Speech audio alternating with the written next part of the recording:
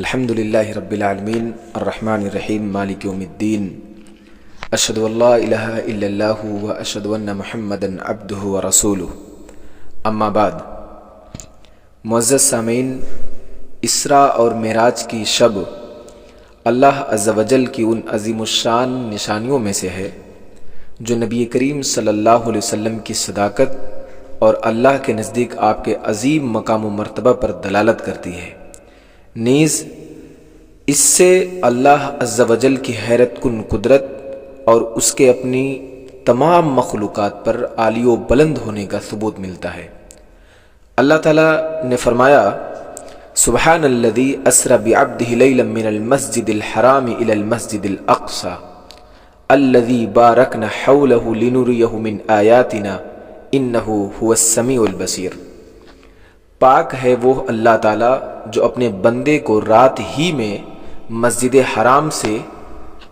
مسجد اقصی تک لے گیا، جس کے آس پاس ہم نے برکت دے رکھی ہے،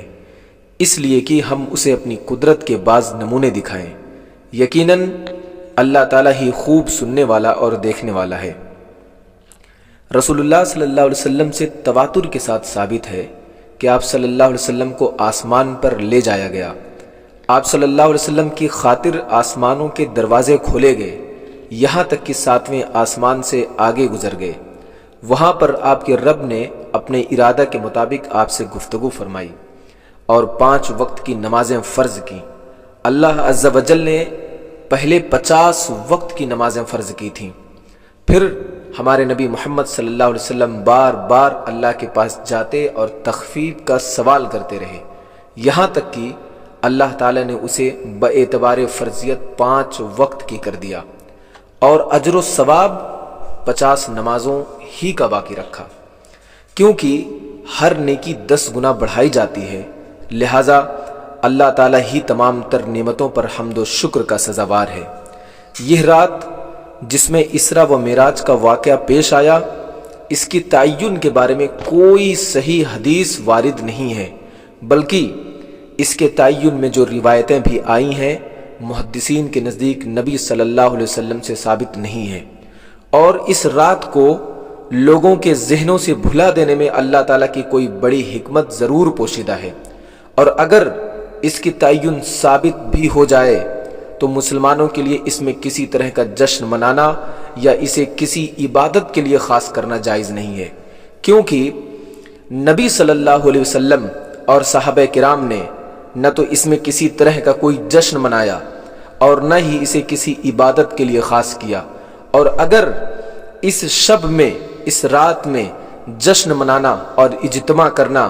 شرعاً ثابت ہوتا تو نبی صلی اللہ علیہ وسلم اپنے قول یا فعل سے اسے امت کے لیے ضرور واضح کرتے،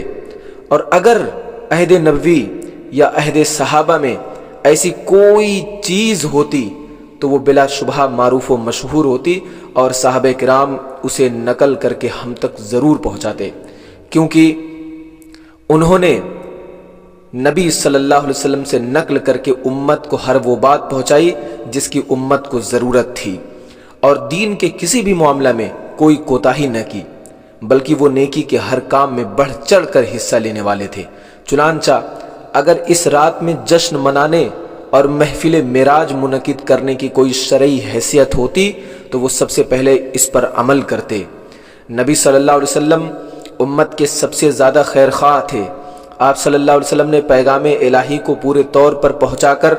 امانت کی ادائیگی فرما دی، لہٰذا اگر اس رات کی تعظیم اور اس میں جشن منانا دین اسلام سے ہوتا تو آپ صلی اللہ علیہ وسلم قطعاً اسے نہ چھوڑتے اور نہ ہی اسے چھپاتے، لیکن جب عہد نبوی اور عہد صحابہ میں یہ سب کچھ نہیں ہوا تو یہ بات واضح ہو گئی کہ شب معراج کی تعظیم اور اس کے اجتماع کا دین اسلام سے کوئی واسطہ نہیں ہے۔ اللہ تبارک و تعالیٰ نے اس امت کے لیے اپنے دین کی تکمیل فرما دی ہے، اپنے دین کو مکمل کر دیا ہے اور ان پر اپنی نعمت کا اتمام کر دیا ہے، اپنی نعمت کو کمپلیٹ کر دیا ہے۔ ہر اس شخص پر عیب لگایا ہے جو مرضی الہی کے خلاف بدعت ایجاد کرے۔ اللہ سبحانہ و تعالیٰ نے اپنی کتاب میں قرآن کریم میں سورہ المائدہ کے اندر فرمایا الیوم اکملت لکم دینکم واتممت علیکم نعمتی ورضیت لکم الاسلام دینا، آج میں نے تمہارے لیے دین کو کامل کر دیا اور تم پر اپنا انعام پورا کر دیا اور تمہارے لیے اسلام کے دین ہونے پر رضامند ہو گیا۔ اور اللہ عز و جل نے سورہ الشورى میں فرمایا ام لہم شرکاء شرعوا لہم من الدین ما لم یأذن بہ اللہ ولولا کلمۃ الفضل لقضی بینہم، کیا ان لوگوں نے ایسے شریک مقرر کر رکھے ہیں جنہوں نے ایسے احکام دین مقرر کر دیے ہیں جو اللہ تعالیٰ کے فرمائے ہوئے نہیں ہیں؟ اگر فیصلہ کے دن کا وعدہ نہ ہوتا تو ابھی ہی ان میں فیصلہ کر دیا جاتا، یقیناً ان ظالموں کے لیے ہی دردناک عذاب ہے۔ رسول اللہ صلی اللہ علیہ وسلم سے صحیح احادیث میں بدعت سے بچنے کی تاکید اور اس کے گمراہی ہونے کی صراحت ثابت ہے تاکہ امت کے افراد ان کے بھیانک خطرات سے آگاہ ہو کر ان سے بچنے کی کوشش کریں۔ چنانچہ صحیح بخاری اور مسلم میں حضرت عائشہ رضی اللہ تعالی عنہا سے مروی ہے کہ رسول اللہ صلی اللہ علیہ وسلم نے فرمایا من احدث فی امرنا ھذا ما لیس منہ فہو رد، جس نے ہمارے اس دین میں کوئی نیا کام نکالا جو دراصل اس میں سے نہیں ہے وہ ناقابل قبول ہے۔ اور صحیح مسلم کی ایک روایت میں یہ الفاظ ہیں کہ آپ صلی اللہ علیہ وسلم نے فرمایا من عمل عملا لیس علیہ امرنا فہو رد، جس نے کوئی ایسا عمل کیا جو ہمارے اسلام میں نہیں تو وہ ناقابل قبول ہے۔ اور صحیح مسلم میں حضرت جابر بن عبداللہ رضی اللہ عنہ سے روایت ہے کہ رسول اللہ صلی اللہ علیہ وسلم جمعہ کے دن اپنے خطبہ میں فرمایا کرتے تھے اما بعد فإن خیر الحدیث کتاب اللہ وخیر الہدی ہدی محمد صلی اللہ علیہ وسلم وشر الامور محدثاتها وکل بدعۃ ضلالہ۔ حمد و صلوات کے بعد بے شک بہترین بات اللہ کی کتاب اور سب سے بہتر طریقہ محمد صلی اللہ علیہ وسلم کا طریقہ ہے، اور بدترین کام نئی ایجاد کردہ بدعتیں ہیں، اور ہر بدعت گمراہی ہے اور ہر گمراہی جہنم میں لے جانے والی ہے۔ اور اسی طرح سے سنن میں حضرت ارباز بن ساریہ رضی اللہ عنہ سے روایت ہے، وہ کہتے ہیں کہ رسول اللہ صلی اللہ علیہ وسلم نے ہمیں انتہائی جامع نصیحت فرمائی جس سے دلوں میں لرزہ طاری ہو گیا اور آنکھیں اشکبار ہو گئیں۔ تو ہم نے کہا اے اللہ کے رسول صلی اللہ علیہ وسلم، یہ الوداعی پیغام معلوم ہوتا ہے، لہٰذا آپ ہمیں وصیت فرمائیے۔ آپ صلی اللہ علیہ وسلم میں تمہیں اللہ سے ڈرتے رہنے، حاکم وقت کی بات سننے اور ماننے کی وصیت کرتا ہوں، اگرچہ تم پر حبشی غلام ہی حاکم بن جائے، اور میرے بعد جو شخص زندہ رہے گا وہ بہت سے اختلافات دیکھے گا،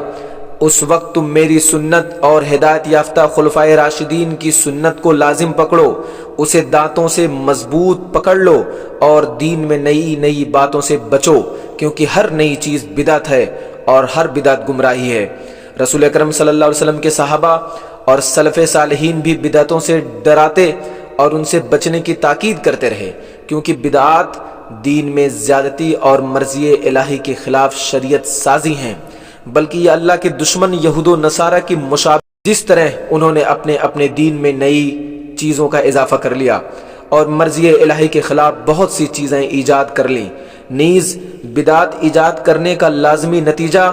دین اسلام کو نقص اور عدم کمال سے متہم کرنا ہے۔ یہ تو واضح ہی ہے کہ بدعات کے ایجاد کرنے میں بہت بڑی خرابی اور شریعت کی انتہائی خلاف ورزی ہے۔ نیز اللہ عز و جل کے اس فرمان الیوم اکملت لکم دینکم،